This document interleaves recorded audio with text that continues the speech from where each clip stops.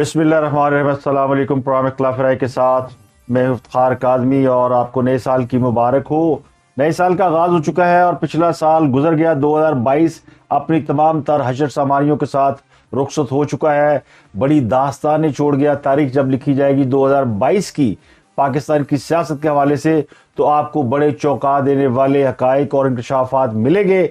एक शख्स जो बड़े अरूज पर था उसके जवाल की दास्तान नजर आएगी और फिर कुछ और चीज़ें नजर आएगी जिसमें पाकिस्तानी फौज या पाकिस्तान की जो एस्टेब्लिशमेंट है उसकी सियासत से लातल्लुकी का एक बाब भी नजर आएगा।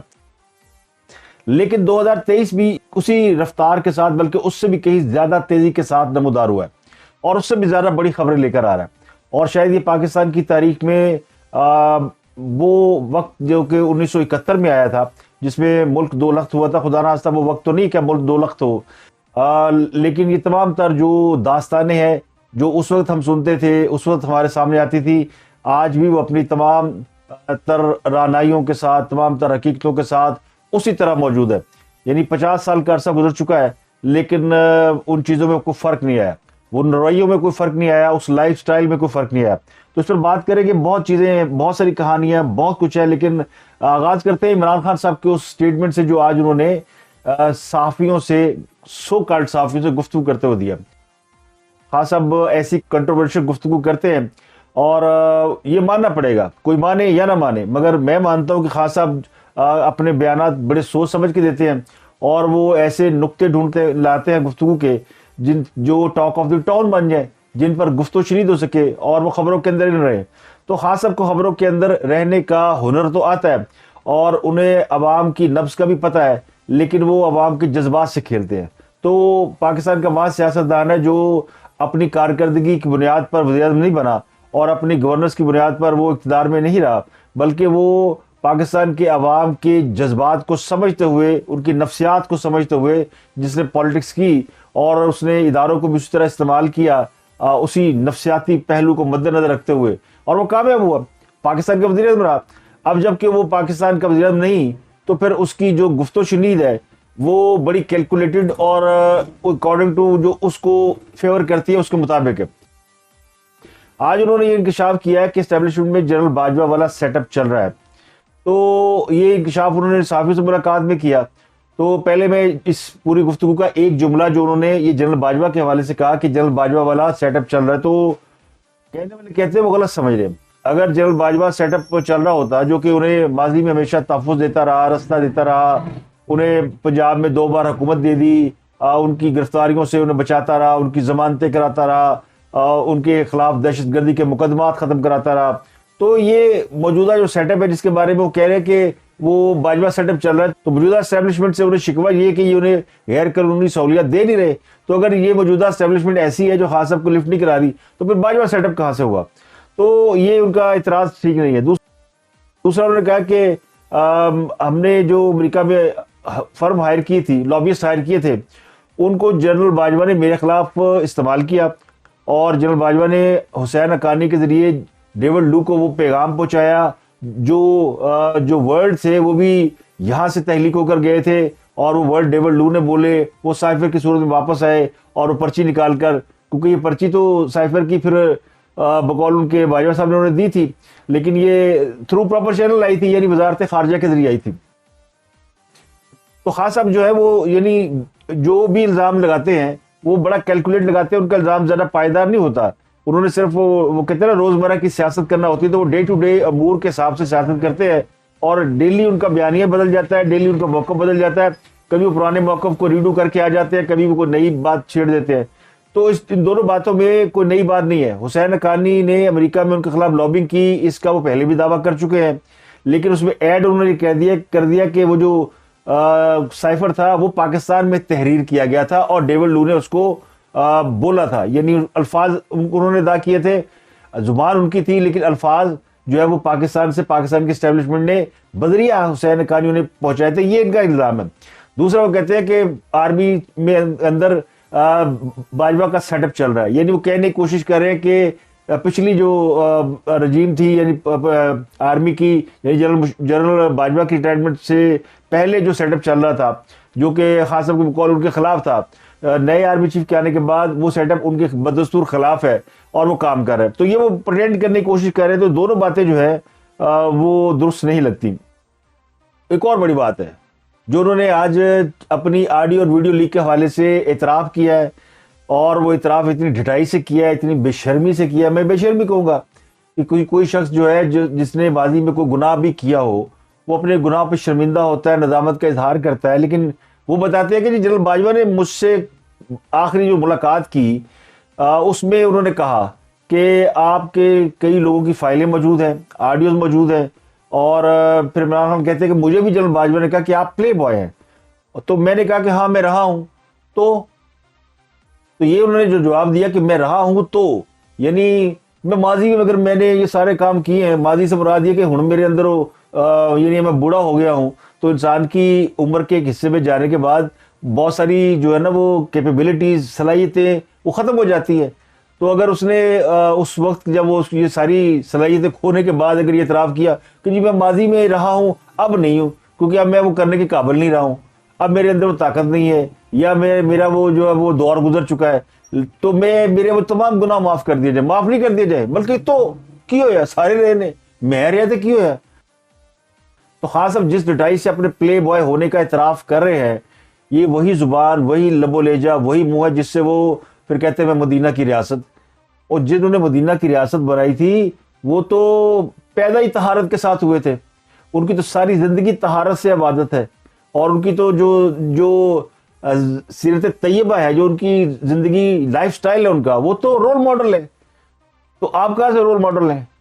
तो खास अब जो जज्बात बेचते हैं, जज्बात के बारे में सबको पता है कि पाकिस्तानियों के बल्कि मुसलमानों के जज्बात मज़हब के हवाले से और अपने नबी करीम सल्लल्लाहु अलैहि वसल्लम के हवाले से क्या है सबको पता है। तो ये उनको सेल करते हैं, ये कोई अकेले सेल नहीं करते, बहुत लोग सेल कर चुके हैं। लेकिन जिस डिटाई से वो कह रहे हैं कि मैं प्ले बॉय रहा हूँ, तो ये आधी गुफ्तगू वैसे सामने आई है, खासतौर चूंकि अपने मुंह से कहा है कि मैं प्ले बॉय रहा हूँ। असल में तो जनरल बाजवा ने उनसे कहा होगा कि तुम प्ले बॉय हो, तुम ज़कात चोर हो, तुम फॉरेन फंडर हो, तुम तोशा आने की चोरियां करते हो, तुम अखलाकी तौर पर गिरे हुए शख्स हो, माशी तौर पर करप्ट शख्स हो। ये बात है नहीं खास सबने बताई, ये बताएंगे नहीं क्योंकि क्वाली हो रही थी। अब ये आखिरी मुलाकात कब हुई, ये आखिरी मुलाकात में कुछ सवाल पूछे ना कि आखिरी मुलाकात कब हुई थी आपकी, तो आखिरी मुलाकात तो इनकी वाने सदर में हुई थी जब आरिफ अलवी साहब ने उन्हें बुलाया था आर्मी चीफ को, और वो आर्मी चीफ थे और वो सदर थे, तो उनको बुला के फिर इमरान खान से एक मुलाकात कराई गई। ये उनकी रिटायरमेंट से पहले की है। तो दो मुलाकातें हुई थी, इन दो मुलाकातों का भी आज एक कॉलम में जिक्र हुआ है कि जनरल बाजवा को 3 बार एक्सटेंशन की ऑफर की गई, और 3 बार उन्हें ऑफर करने वालों में असद उमर, परवेज खटक शामिल थे, और लाइफ टाइम उनको कहा गया कि आप वो बन जाएं आर्मी चीफ, लेकिन वो नहीं माने। फिर उनसे 2 सवाल भी इसी कॉलम में बताया गया कि जनरल आसिम मुनीर के हवाले से शायद वो नहीं लाना चाहते थे जनरल बाजवा आसिम मुनीर को, वो चाहते थे जनरल सार शमशाद मिर्जा बन जाए। और ये बात नवाज शरीफ तक पहुंची तो नवाज शरीफ ने फिर 2 सवाल पूछे थे कि सबसे ज़्यादा दबाव कौन जर्नैल बर्दाश्त कर सकता, तो जनरल बाजवा ने कहा कि आसिम मुनीर, और कहा कि अरबों के साथ किन के ताल्लुकात अच्छे, अरब ममालिक के साथ ताल्लुकात किन के अच्छे हैं, तो उन्होंने कहा जनरल आसिम मुनीर, तो उन्होंने कहा फिर जनरल आसिम मुनीर। तो फैसला इसका मतलब है कि नवाज शरीफ ने किया, तो जनरल आसिम मुनीर को नवाज शरीफ ने लगाया। ये बात भी कॉलम में सामने आ गई कि उन्होंने लगाया, और जनरल बाजवा जो है उन्होंने जवाब जो दिए वो फिर ईमानदारी से दिए होंगे। तो इस हद तक तो जनरल बाजवा की पोजीशन कोई चॉइस हो सकती है, वो समझते हो कि जनरल शायर शमशाद मिर्जा चूंकि वो उनका भी एक अपना बैकग्राउंड है और वो भी हम्बल बैकग्राउंड से है, जनरल आसिम मुनीर भी बड़े हम्बल बैकग्राउंड से है। प्रायोरिटी की बात होती है, इक्वेशन की बात होती है, तो हो सकता है इक्वेशन उनके साथ अच्छी हो। वैसे ही वो समझते हो कि मैंने जनरल आसिम मुनीर को DDISI के ओहदे से इमरान खान के कहने पर हटाया, तो शायद कहीं उनके जहन में आसिम मुनीर साहब के जहन में कहीं बात हो कि जनरल बाजवा ने मुझे हटाया था इमरान खान के कहने पे। तो ये खदशात, ये रिजर्वेशन उनके जहन में होंगी, तो नहीं उन्होंने सोचा होगा कि इनको नंबर 1 पे रखा जाए, इनको नंबर 2 पे रखा जाए। लेकिन अगर सवाल किसी ने पूछे और जवाब उन्होंने बिल्कुल सही दिए, तो फिर वो बंदा बेईमान तो ना हुआ। अब मेरा सवाल ये है, और सवाल मैं करता हूँ क्योंकि जनरल बाजवा के ऊपर सारी बैशिंग हो रही है, और जनरल बाजवा और जनरल फयाज हमीद इस वक्त तारीख के वो किरदार बन गए हैं जिनने जो जिस तरह का किरदार जनरल याहिया का था। जनरल याहिया जो है उनको मरे हुए बड़ा अरसा हो गया इंतकाल किए हुए। अल्लाह ताला उनके जो भी हिसाब किताब है उनके साथ उसका और अल्लाह का मामला है, लेकिन जो तारीख बताती है उसमें उनका किरदार बहुत बुरा है, तल्ख है। पाकिस्तान के हवाले से और पाकिस्तान के वजूद के हवाले से उनका किरदार अच्छा नहीं है। और फिर ईवान सदर में जिस तरह वो रंगीन रातें गुजारा करते थे, जिस तरह की महफिल होती थी, उस वक्त की टॉप मॉडल टॉप एक्टर्स उनके दर पर हाजिरी देने जाया करती थी। और वो क्या बड़ा मशहूर है वो तराना, पहले तराना तराना था, फिर वो कौमी तराना बन गई। तो इस तरह की बड़ी चीज़ें हैं और बहुत सारी हिस्ट्री है। लेकिन जिस वक्त चूँकि ज़राए इब्लाग इतने ताकतवर नहीं हुआ करते थे, ये मोबाइल कैमरे, हिडन कैमरे, इस तरह की ऑडियो रिकॉर्डिंग, इस तरह के आलात जो है जासूसी के बहुत कम होते थे। तो एनी शाहिदीन जो देखते थे बताते थे कि जनाब वो जो डायरी बार ईवान सदर के बार लिखी जाती थी कि कौन सी मोहतरमा अंदर गई और कौन सी बाहर आई, और फिर पता चला वो डायरी में बहुत से लोगों को इस्तिस्ना था कि उनकी एंट्री दर्ज नहीं करनी है आपने।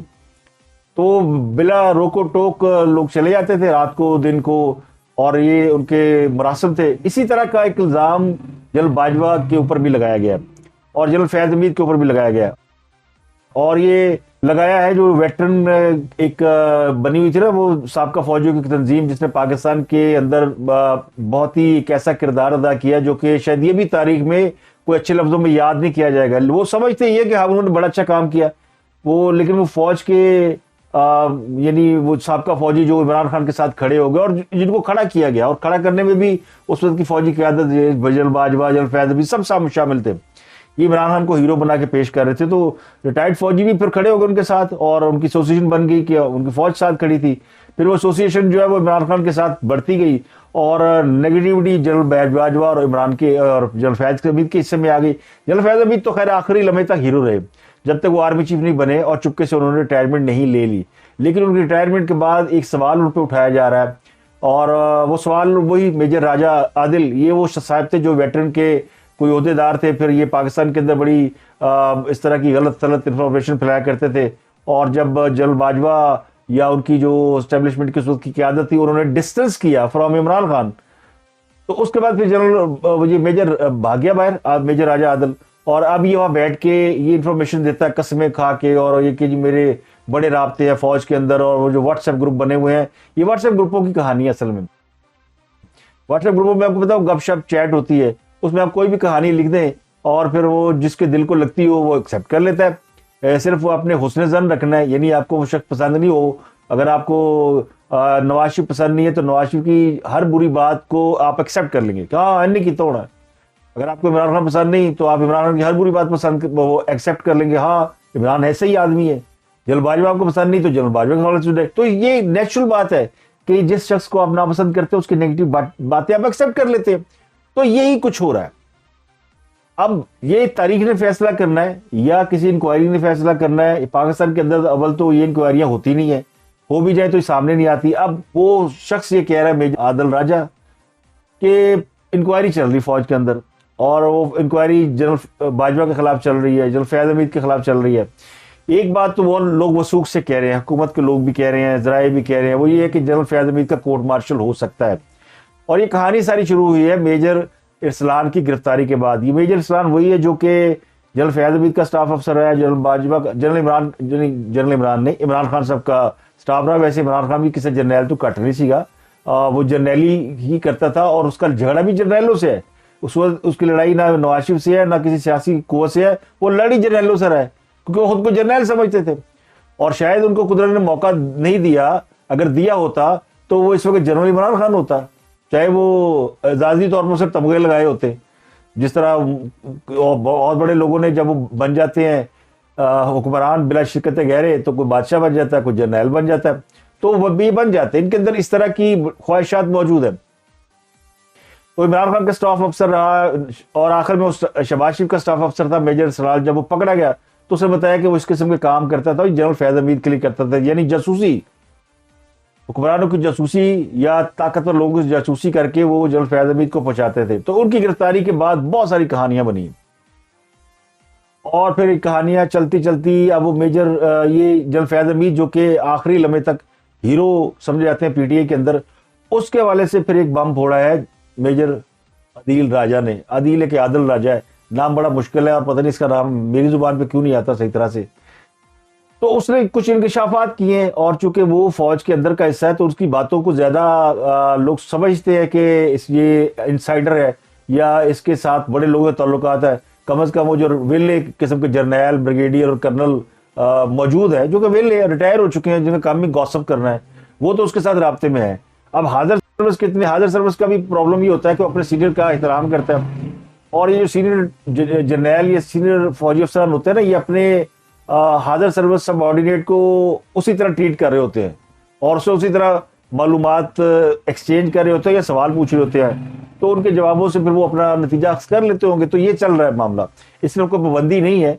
और जब से व्हाट्सएप ग्रुप या मोबाइल फोन आया है तो ये इसमें यानी सीक्रेसी मेंटेन हो जाती है। किसी को पता नहीं चलता कि किस मेजर ने अपने किस सबका बॉस के लिए क्या उसके साथ लाइन रखी है, क्या इंकशाफात किए, तो मुश्किल हो गया है इसको ट्रेस आउट करना। लेकिन अब मुमकिन नहीं है अगर इस पर वर्क किया जाएगा, क्योंकि इसमें किसी ने वर्क नहीं किया, तो मौजूदा सेटअप जो है फौज का वो इस पर वर्क कर रहा है।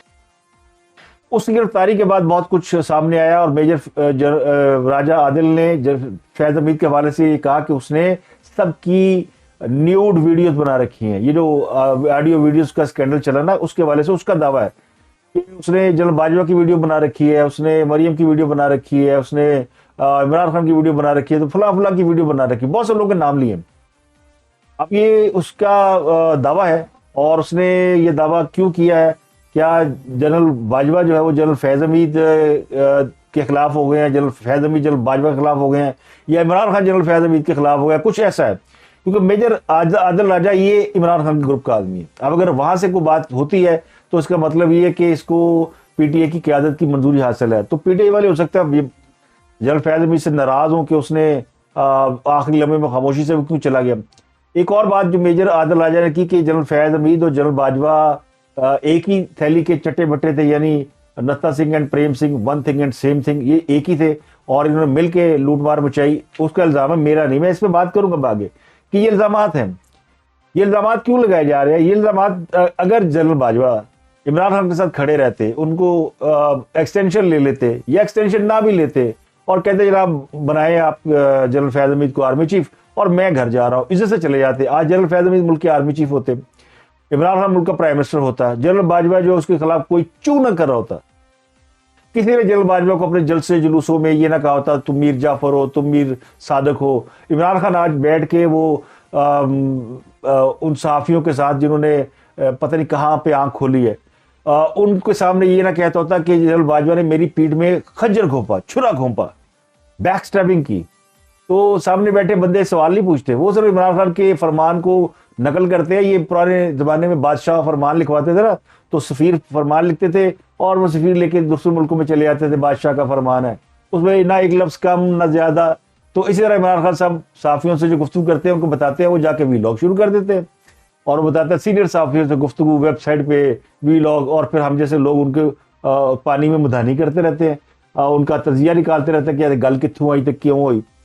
मैं इस पे और ज्यादा वीलॉग करूंगा, लेकिन मैं आपको सिर्फ इतना बताना चाहता हूं कि इमरान खान साहब से सवाल बंदा पूछे, सवाल तो पूछना बनता है ना, सवाल पूछना हमारा हक है कि अगर जनरल फैज हमीद के पास जनरल बाजवा की वीडियोस है, वो कहते हैं जनरल बाजवा की बहुत सारी वीडियोस हैं और जनरल बाजवा के बारे में वो मेजर आदिल कहता है बीमार हो गए हैं, ज़हनी तौर पर परेशान है, टेंशन में है, ब्लड प्रेशर हाई हो गया है और इसलिए हुआ कि जनरल फैज हमीद के पास उनकी ऑडियो वीडियोज आ गई।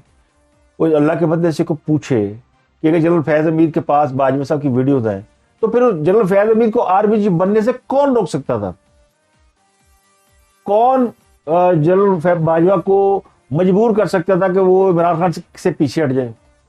ब्लैकमेल तो फिर यही होता है ना, फिर आप वो इमरान खान के साथ खड़ा रहता है बाजवा, फिर वो जनरल फैज हमीद को आर्मी चीफ भी बनवा देता। और जो मेजर आदिल राजा कह रहे जी फैज हमीद और बाजवा में झगड़ा उस वक्त हुआ जब बाजवा साहब ने एक्सटेंशन लेने की बात की और इस जनरल फैज हमीद को लगा कि ये एक्सटेंशन ले लेगा तो मैं आर्मी चीफ नहीं बनूंगा। तो भाई उस वक्त ये सारी चीजें सामने आनी चाहिए थी ना। एक आती जनरल बाजवा की वीडियो, खत्म हो गई थी बात, क्या क्या क्यामत आ गई थी। और या पर जनरल बाजवा जब चले गए थे तो उससे अगले दिन वीडियो आ जाती, और नहीं, इस तरह की कोई हरकत नहीं की। तो ये जो सारी कहानी है, इसको अगर आप गौर से देखें तो ये किसी के ऊपर कुछ नहीं हो रहा। ये सिर्फ जो मुझे लगता है ये पाकिस्तान की आर्मी को टारगेट किया जा रहा, और 70 में ही पाकिस्तान की आर्मी को टारगेट कर दिया गया था, 71 में। और फिर आर्मी को उस वक्त जो टूटी फूटी ब्रोकन आर्मी थी, अगर किसी को याद हो तो उस वक्त इस आर्मी को किसी ने अगर इकट्ठा किया था, हौसला दिया था, संभाला था, खड़ा किया था, तो किसी जर्नैल ने खड़ा नहीं किया था। उस वक्त के जो पॉलिटिकल लीडर थे, जुल्फिकार अली भुट्टो, उन्होंने खड़ा किया था। अब लोग कंट्रोवर्सी है, अब लोग कहेंगे जी भुट्टो ने तो मुल्क तोड़ा, वो ना कहता है इधर तुम उधर हम, तो ये सब ना होता है। ये हकीकत नहीं है।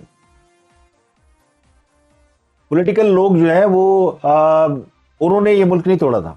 ये मुल्क तोड़ने में उस वक्त की स्टैब्लिशमेंट का बड़ा हाथ था। उस वक्त जो स्टैब्लिशमेंट सियासत के अंदर खेल खेल रही थी, लड़ाओ और हुकूमत करो, और जिस तरह वो याशियां चल रही थी, और उसी कहानी को आज के वाकयात के साथ जोड़ा जा रहा है कि सब कुछ वैसे ही हो रहा है। उस वक्त भुट्टो साहब ने बचा लिया था, आज बचाने के लिए नवाज शरीफ राजी हुआ है। अब पता नहीं वो उसमें कामयाब होते हैं कि नहीं होते। अभी तक तो फौज के अंदर जो दूसरा किरदार है जनरल आसिम मुनीर का, उनके ऊपर जिम्मेदारी है, वो ज़्यादा जिम्मेदार साबित होते हैं, या पॉलिटिकल लीडरशिप ज़्यादा जिम्मेदार साबित होती है, या दोनों मिलकर संभालते हैं। तो लगता नहीं है कि दोनों मिलकर संभाल लेंगे, क्योंकि इस वक्त नवाज शरीफ तो मुल्क से बाहर बैठे हुए हैं। उनका एक फैसला तो अच्छा हुआ कि उन्होंने एक अच्छे बंदे को आर्मी चीफ लगा दिया। और जनरल बाजवा और जनरल फैज़ हमीद को बदनाम करने का मकसद ये है कि फौज को टारगेट किया जाए कि फौज ही गंदी है, फौज के अंदर ही सब कुछ होता है, और फौजी जो अफसरान है, जो जर्नैल आते हैं, जो आर्मी चीफ बनता है, नंबर 1 नंबर 2, वो सारे मिलके जो गंदा खेल खेलते हैं, वो सियासत में इन्वॉल्व होते हैं। और ये एक जो कहानी उसने सुनाई मेजर आदल ने कि जी वहाँ पे वो 4-5 एक्ट्रेस के नाम लिए कि वो जाती थी, और जनरल बाजवा दादे ऐश देते थे, जनरल फैज़ हमीद भी इंजॉय करते थे, फिर वीडियो भी बनाते थे। यानी अजीब किस्म की भयानक और बेहुदा किस्म की दास्तान है। भाई किसी को अपने आर्मी सेफ हाउस बुला के कौन वीडियो बनाएगा, किसको जरूरत है? होता भी होगा, लोगों को समझ में आती होगी, सेफ हाउसेज ऐसे ही होते हैं। सेफ हाउसेज में पॉलिटिशियन को एक जमाने में रखा जाता था, या उन्हें गिरफ्तार करके रखा जाता था, या उन्हें पनाह दी जाती थी, या क्या किया जाता था। लेकिन ये आर्मी के सेफ हाउसेज ऐसे कामों के लिए इस्तेमाल होते रहे हैं। तो इसी हवाले से फिर दास्तानें जन्म लेती हैं। ये जो 3-4 एक्टरों के नाम लिए जा रहे हैं, उन्होंने नाम लिए हैं और उनकी तस्वीरें भी अब सोशल मीडिया पर गर्दिश कर रही हैं। जो लड़कियों के नाम लिए जा रहे हैं, कोई MH है, कोई KK है, कोई इस तरह की लड़कियां, मतलब 3-4 लड़कियां हैं। ये वो उनमें वो खवातीन शामिल है जिन्होंने आर्मी के ड्रामों में काम किया। और मैं कहना नहीं चाहता, लेकिन कुछ लोगों की वीडियोस एक ज़माने में हमें भी दिखाई गई थी। हमने कभी इसके ऊपर ज़्यादा वो की नहीं, क्योंकि ये मुझे लगता था कि ये प्लान्ड काम है और लोग इस्तेमाल हो जाएंगे, तो हम इस्तेमाल नहीं हुए। अब लोग इस्तेमाल हो रहे हैं। अब लोगों को सिर्फ कोई कान में आकर बात जाता है, वो वीलॉग कर देते हैं। तो वीलॉग इतना मोहलक हो गया है कि वो कोई भी इंफॉर्मेशन जो कि डिसइंफॉर्मेशन है, वो आगे फॉरवर्ड कर दी जाती है। अभी बहुत सी बातें आपसे करनी है, लेकिन मैं आपको सिर्फ इस 2 मौजूआत के ऊपर के, एक तो जो जनरल बाजवा को और जनरल फैज़ हमीद के बारे से कहा जाता है कि जनरल फैज़ हमीद जो है वो बहुत बड़ा ट्रेटर है, तो जाहिर है PTI के लोग उनसे बदजन होंगे, या वो समझेंगे कि जनरल फैज़ हमीद ने डबल रोल प्ले किया, तो PTI के अंदर से तो उनकी जो है ना वो खत्म होगी। अब मैं आपको बताता हूं जनरल फैज़ हमीद टारगेट क्यों है। जनरल बाजवा तो समझ में आती है ना, वो उनका एक ही कसूर है, उन्होंने इमरान खान साहब से पीछे हट गए। उन्होंने बताया कि जनाब आपके ऊपर ये सारे एलिगेशन है, और मुलाकात जो आखिरी वो बता दी उन्होंने कि आप ये है, और इमरान खान का तो फिर क्यों है जो मैं प्ले बॉय, हाँ मैं रहा वहाँ। और अब वो डिटेल से लोगों को बता रहा है, और हमारे यूथिया दोस्त कह रहे हैं कि वो मुनाफिक तो नहीं है ना।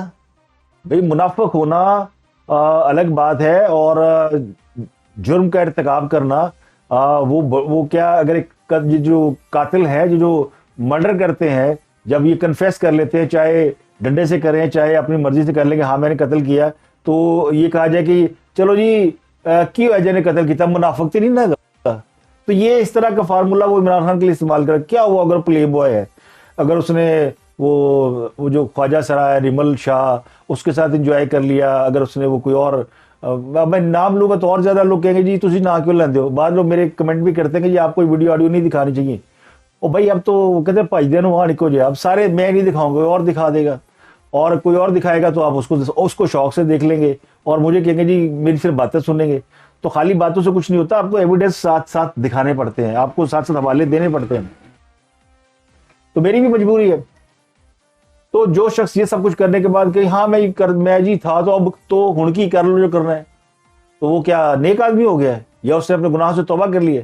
अगर वो ये कहते हैं हाँ मैंने ये माजी में गलतियां की हैं और मैंने उससे सबक सीखा है, मैंने अल्लाह से तौबा कर लिया है, अल्लाह मेरी तौबा कबूल करे, और मैं सब पूरी कौम से दुआ करता हूँ कि मेरे माजी के गुनाहों को की माफ़ी के लिए अल्लाह से दरख्वास्त करे, हम सारे मिलकर दुआ करेंगे या अल्लाह इमरान खान को माफ़ कर दे, इनको सीधे रास्ते पे ला दे। बातें तो बड़ी बड़ी करता है, लेकिन वो सिर्फ बातें ही है ना, वो कैलकुलेटिव नफ्सियात के तहत बिल्कुल उसी तरह जिस तरह वो जो मजमेबाज है ना, वो जब बातें बताता है किसी दवाई को बेचने के लिए और ज़मीन और आसमान के कलाबे मिलाता है कि इसके अंदर 12 घोड़ों की ताकत है, फलाना फलाना, तो लोग बड़े इंस्पायर होते हैं, कमाल है, और तो बीच में 20 रुपए की दवाई बेच के निकल जाता है। उन बातों में खुद उसका यकीन नहीं होता। तो इस तरह इमरान खान खुद अपनी बातों पर यकीन नहीं रखते तो प्रैक्टिकल होते। जनरल फैज हमीद को टारगेट इसलिए किया जा रहा है कि जनरल फैज हमीद पीटीआई में आना चाह रहे थे और उनसे कहा जा रहा था कि पीटीआई आपकी तख्लीक है, तो आप पीटीआई टेक ओवर कर ले। इमरान खान तो डिस्क्वालीफाई हो रहा है। तो जब से जनरल फैज हमीद का नाम आया है पीटीआई में, वो इन हो गए, तो जनरल फैज हमीद की बदनामी मोम शुरू हो गई है।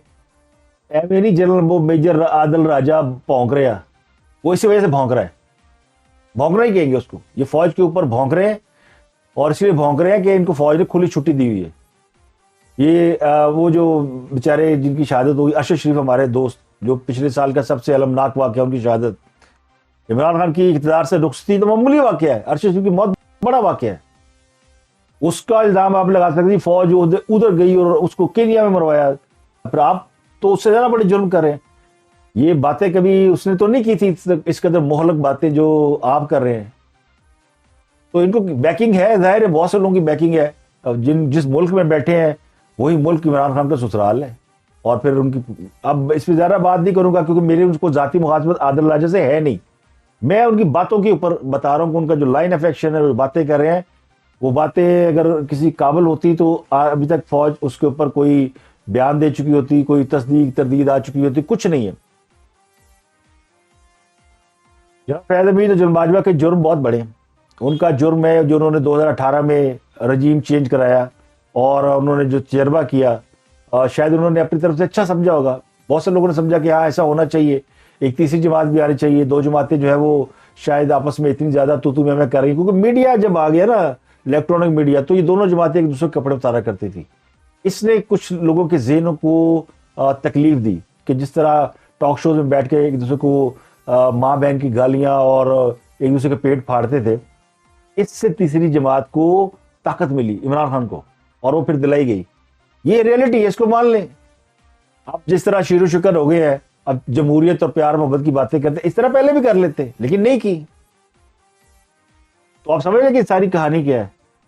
तो इस सारी जो लड़ाई है, इसके पीछे जनरल फिर कह रहा है इमरान खान साहब की जो वो है, पूरा जो उनका एक हल्का अहबाब बन गया हुआ है, और जो एन ब्लॉक है वो ग्रुप सारा उनके साथ है।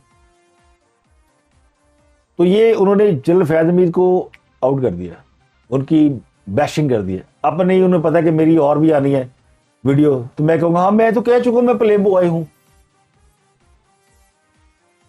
और उनके साथ जो जिस तरह के लोग हैं ना, वो वही पाकिस्तान के अंदर हमेशा एक सवाल पूछते हैं कि हम मजहबी मुल्क है, मजहबी रुझान रखने वाला मुल्क है, या इनलाइटेड मॉडरेशन के लोग हैं। जो मुशर्रफ ने भी कोशिश की, इनलाइटेड मॉडरेशन लेके आया, उसी का सेकंड चैप्टर इमरान खान भी चला रहा है। तो कुछ लोग हैं जो समझते हैं कि हमें मजहबी इंतहा पसंदी की तरफ नहीं जाना, असी मौलवी नहीं गए, असी दाड़ियाँ नहीं रखनियाँ, असी मौलवियों के पीछे नहीं लगना। अब वो भी लोग हैं जो समझते हैं कि नहीं मौलवी भी ठीक होते हैं और इस्लामी बातें करने वाले लोग भी ठीक होते हैं। तो इमरान खान तो मिक्सचर है ना, इस्लामी और इनलाइटेड मॉडर्न, तो ज़्यादा एक्सेप्टेबल है।